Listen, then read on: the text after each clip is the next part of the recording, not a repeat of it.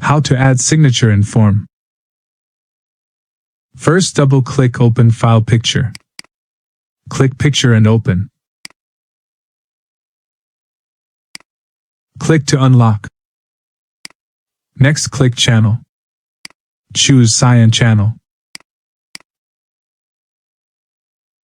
Make a copy channel. After, click Image and choose Adjustment.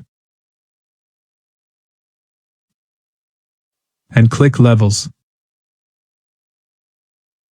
You need to adjust the layer color like the example. Click OK. Make Select Channel. And click Select and choose Inverse.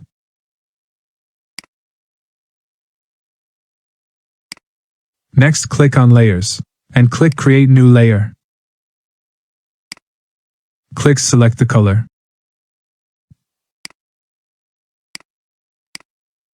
Hide the first layer. And press key Alt plus Delete to add blue color and press the key Ctrl plus D to close selection. Now the outcome is the background removed from the signature.